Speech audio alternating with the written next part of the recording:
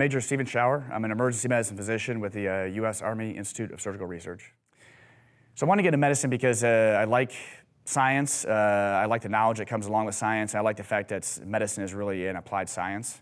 It's a science that's applied to humans, unlike other types of sciences where you're applying it at the cellular level, or you're applying it at the animal level, or the rat level, or the veterinary level. This is a applied science taking care of other people.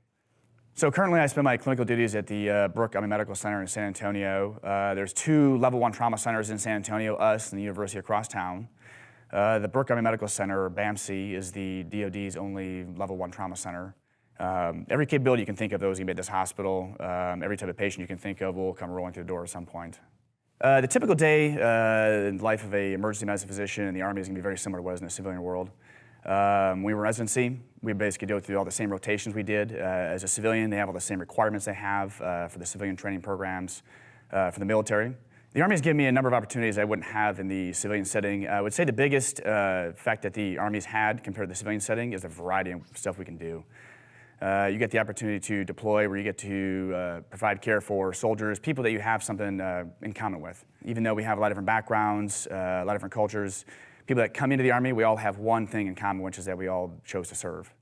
So I deployed twice. My first deployment was with the 20th Combat Support Hospital to Iraq in support of Operation Inherent Resolve. The typical day there was, it was variable from day to day. Generally, you had a fair amount of free time to get caught up on things you want to get caught up on, plenty of time to go to the gym, get to know the people you're deployed with. Everyone kind of thinks that in the Army it's a very rigid setting where everything is posted somewhere, there's a list, you have to apply for everything. A lot of the opportunities we've had, or at least I've come across, have really been via word of mouth. So somebody that I'm working with, let's say one of the more senior physicians I'm working with, or someone I'm deployed with, they see that I'm interested in something, or that I'm particularly good at something, or not particularly good at something else. Somebody who's been around longer will say, hey, have you considered this right here? Have you considered deploying with this unit here? Have you considered applying for this position here? There's a fellowship available doing this at this location here that may fit within what you're looking to do. Have you considered applying for that? During my 3-year residency, we do an operational month, and we also have an operational elective time in which anything that is related to Army medicine, anything that's going to enhance your ability to be a better Army physician, our program will usually fund for us to go do. 2 of us chose to do a training program down in D.C. area with the DEA, the FBI, and the Park Police. It's a counterterrorism and operational narcotic enforcement course. We basically work with them side by side. They train us in how they do their operations, how they conduct medical support out in the field, whether it be here stateside or whether it be when they're down in South America, wherever the DEA and the FBI happen to go for drug enforcement. We learn about how they set up some of their medical capabilities there. We learn about some of their just operational tactics. We do go through some of their basic tactical training. There's several times in which they take us through areas where, as if they're doing some kind of enforcement, some location, they'll take us there and show us how the medical support is all set up. And they actually take us through from beginning to end, including the guys that are actually kicking down the door all the way through, if somebody gets injured, how they get evac'd out, and then how their evacuation and all their medical care works compared to the Army. So the deployed setting in which we evacuate people out is different than the setting they operate in.